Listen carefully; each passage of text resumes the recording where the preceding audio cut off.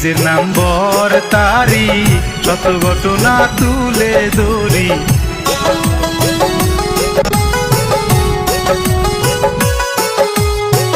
সিরিজের নম্বর তারি শত ঘটনা তুলে ধরি বিস্তারিত করি বর্ণনা দাম তুমি থাইকো ভালো আমি ফিরে আসবো না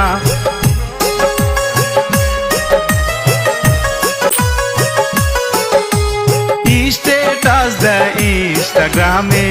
তারপরে